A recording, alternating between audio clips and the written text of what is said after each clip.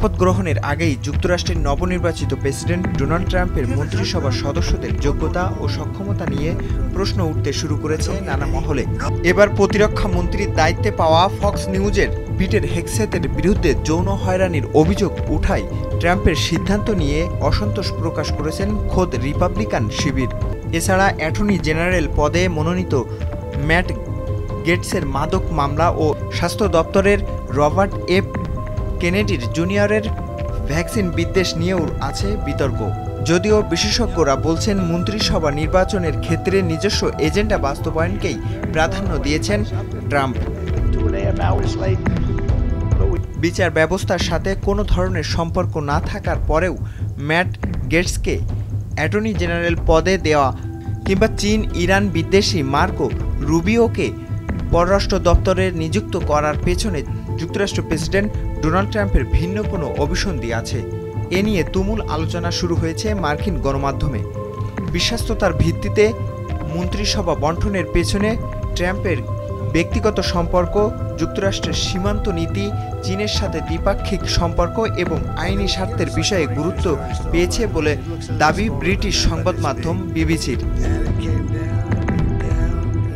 আন্তর্জাতিক গণমাধ্যমের দাবি, ইউক্রেনে রাশিয়ার আগ্রাসন শুরুর পেছনে সামরিক জোট ন্যাটোর দুর্বলতাকে দায়ী করা ও 2022 সালে ডেমোক্রেট নীতির সাথে আপোষ করতে না পারায় স্বাধীন প্রার্থী হিসেবে আত্মপ্রকাশ করার মতো কারণে গোয়েন্দা সংস্থার প্রধান হিসেবে তুলসী গ্যাবার্ডকে বেছে নিয়েছেন ট্রাম্প।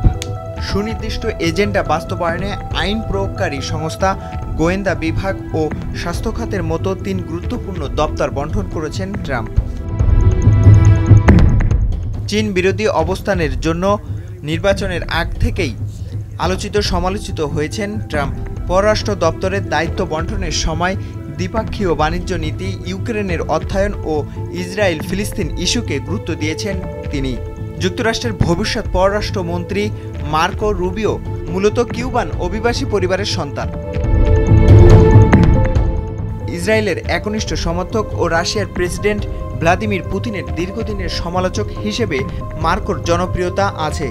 আর ট্রাম্পের জাতীয় নিরাপত্তা উপদেষ্টা মাইক ওয়ালস চীন ও রাশিয়া বিরোধী হলেও ইউক্রেনে মার্কিন সহায়তা কমানোর পক্ষে রয়েছেন।